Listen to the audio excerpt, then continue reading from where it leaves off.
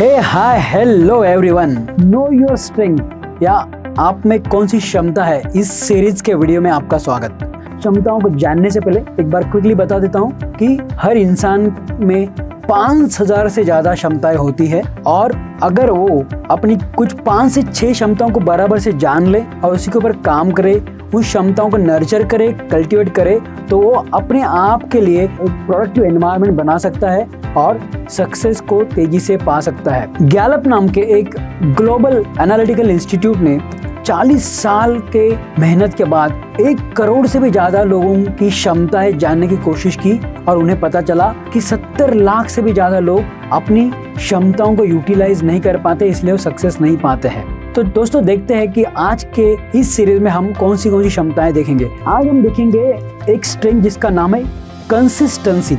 अभी consistency English word है, इसके अनेक मीनिंग है, मगर यहाँ पे जो कंसिस्टेंसी का मीनिंग है या कंसिस्टेंसी एक स्ट्रेंथ है, इसका मतलब है balance is everything to you, मतलब समानता। क्योंकि जिन लोगों में कंसिस्टेंसी नाम की स्ट्रेंथ होती है वो सबको समान वे में ट्रीट करना बिलीव करते हैं, चाहे वो आदमी किसी भी स्तर का हो। क्योंकि इनका ये मानना होता है कि अगर मैं किसी को कम या किसी को ज्यादा तरह से ट्रीट करूं तो आइदर वो फेवरेटिज्म हो जाएगा और किसी का जरूरत से ज्यादा फायदा हो जाएगा और किसी के लिए बहुत ज्यादा अनफेयर ट्रीटमेंट हो जाएगी। इसलिए दे बिलीव इन समानता।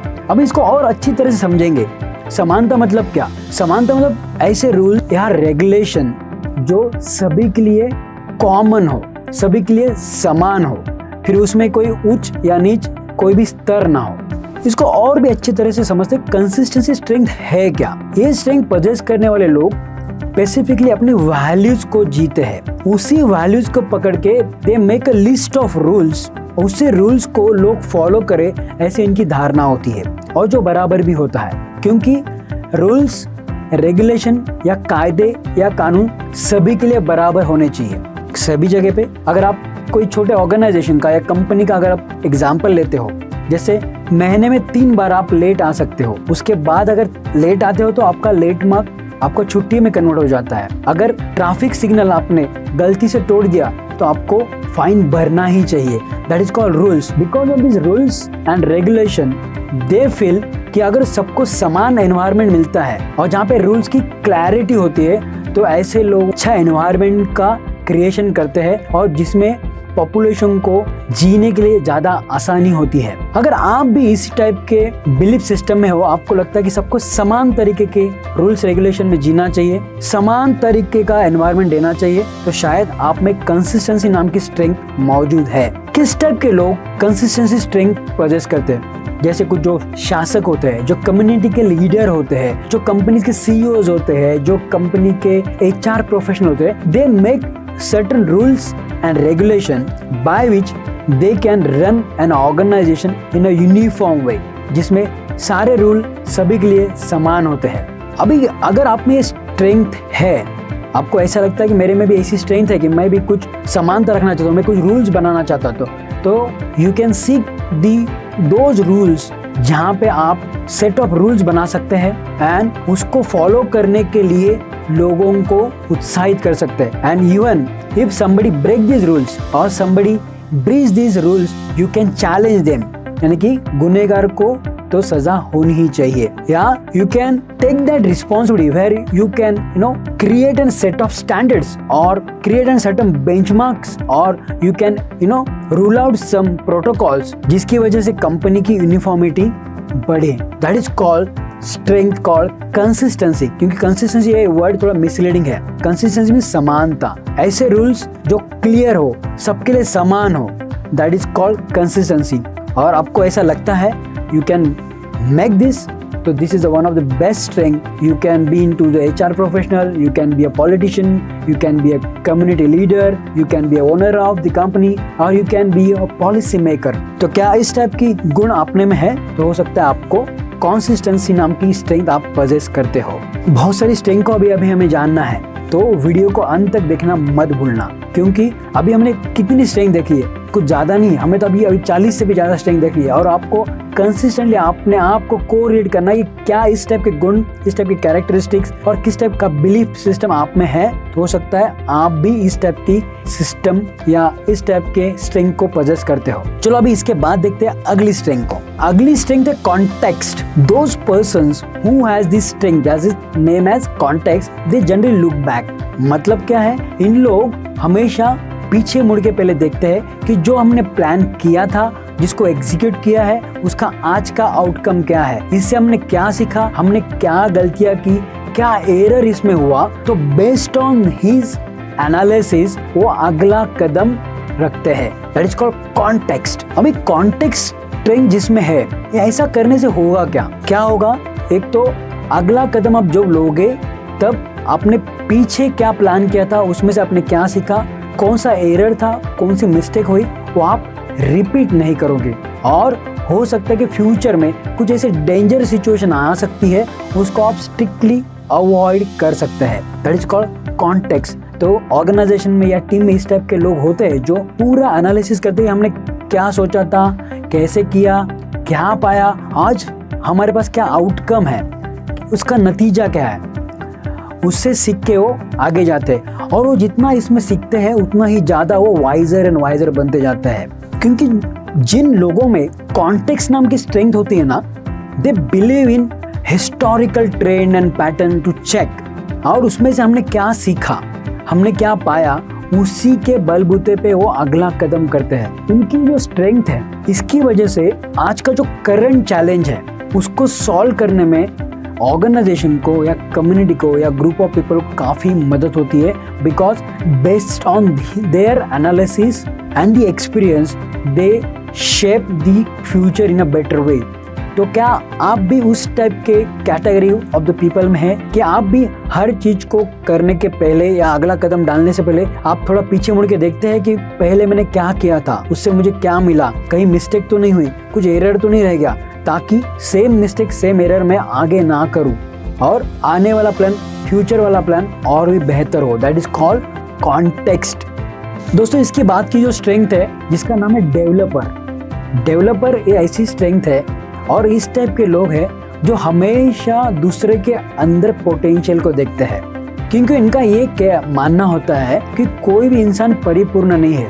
इट्स लाइक हर इंसान वर्क इन प्रोग्रेस है, जो फॉर्म हो रहा है, जो पूरा हो रहा है, तो खाली उसका जो पोटेंशियल है उसको दिखा दे, उसको उस तरह के मार्क में ले जाए, तो उसमें वो ज़्यादा ग्रो करता है। तो जो डेवलपर नाम के जो लोग होते हैं ना, डेवलपर स्ट्रेंथ पजेस करने वाले, उनको हर एक इंसान में पोटेंशियल नजर आता है। तो वो क्या करते हैं, उनको ऐसे कुछ एक्सपीरियंस करने को बोल देते हैं या ऐसे कुछ प्रोजेक्ट में डाल देते हैं ताकि वहाँ पे लोग अपने आप को ज़्यादा स्ट्रेच करें, अपने आप को तराशे। तो जब तराशते मालूम था, उनको जब लगता है कि अरे ये तो मैं कर पा रहा हूँ, तो अपना पोटेंशियल को बढ़ाते हैं। That is called developer. जैसे कि हमारे टीचर्स होते हैं, गाइड होते हैं, मेंटर होते हैं, ट्रेनर्स होते हैं, ये सब डेवलपर का ही काम करते रहते हैं। क्योंकि लोगों की पोटेंशियल को जान के उनको पोटेंशियल को बताना और उसके साथ उनकी ग्रोथ हो सकती है, ये भावना इनके अंदर बहुत जोरदार होती है, इसलिए उनको डेवलपर होते हैं। They help in developing others, that's what they call developer. और क्या होता है पता है, जब इन लोग किसी और को पोटेंशियल को तराशने को देते हैं और वो जब देखते हैं कि ये जो लोग हैं अपने आप में एक अच्छा बदलाव ला रहे हैं, अपना स्किल सेट इम्प्रूव कर रहे हैं, अपना नॉलेज इम्प्रूव कर रहे हैं, तो ये जब देखते हैं तो उनको खूब सारा एनर्जी आ जाता है। That is their sense of satisfaction. मगर दोस्तों एक चीज यहाँ पे याद रखना, जो लोग डेवलपर है या जो अपने आप को ट्रेनर, मेंटर, कोच या टीचर, गाइड समझते हैं, they definitely help develop other people.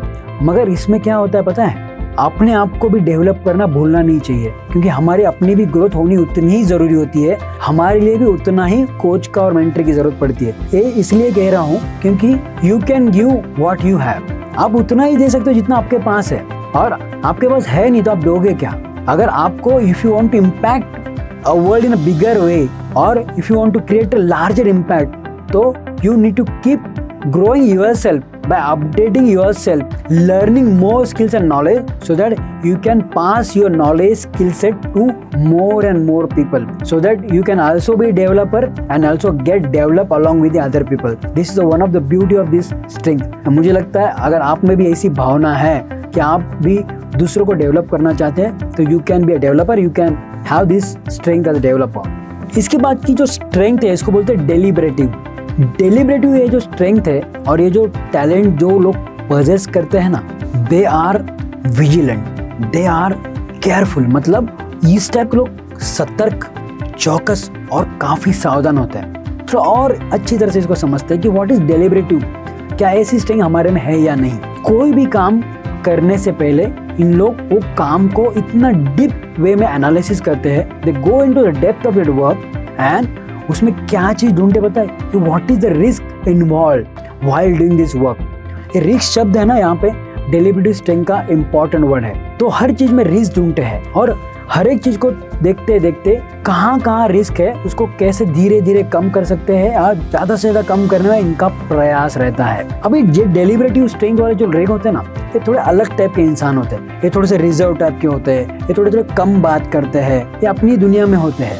Even अपने जो दोस्त है ना, ये भी काफी सावधानी से बनाते हैं। और ये जो डेलिबरेटिव स्ट्रेंथ वाले जो लोग हैं ना, जिनको हर चीज में रिस्क नजर आती है, तो इन लोगों की प्रशंसा भी ज्यादा नहीं करते हैं और खुशामद भी ज्यादा नहीं करते, क्योंकि इन लोग ये मानते हैं कि हर चीज में थोड़ी थोड़ी रिस्क तो है और रिस्क तो कम करनी ही चाहिए। क्योंकि ये जो डेलिबरेटिव लोग जो होते हैं ना, they are very good naturally at judgement. Because of this their natural habit और nature of judgmental, they can be good adviser, they can be a good counsellor, क्योंकि उनको पता रहता है कि इन सब चीजों में क्या क्या रिस्क इन्वॉल्व है। तो अभी आप बोलेंगे ये डेलिबरेटिव स्ट्रेंथ, आप बोल रहे हो कि रिस्क इन्वॉल्व या रिस्क क्या है वो जानते हैं। रिस्क मतलब वो रिस्क नहीं जहाँ पे सपोज कोई कॉम्प्लिकेटेड या डेलिकेट मैटर है या डेलिकेट इशू को सॉल्व करना है, तो they will think, analyse in a very very deep manner. और जब एक्शन लेंगे या प्लान करेंगे तो वो प्लान में क्या क्या रिस्क आ सकती है उसका वो एनालिसिस करते हैं और उस रिस्क को वो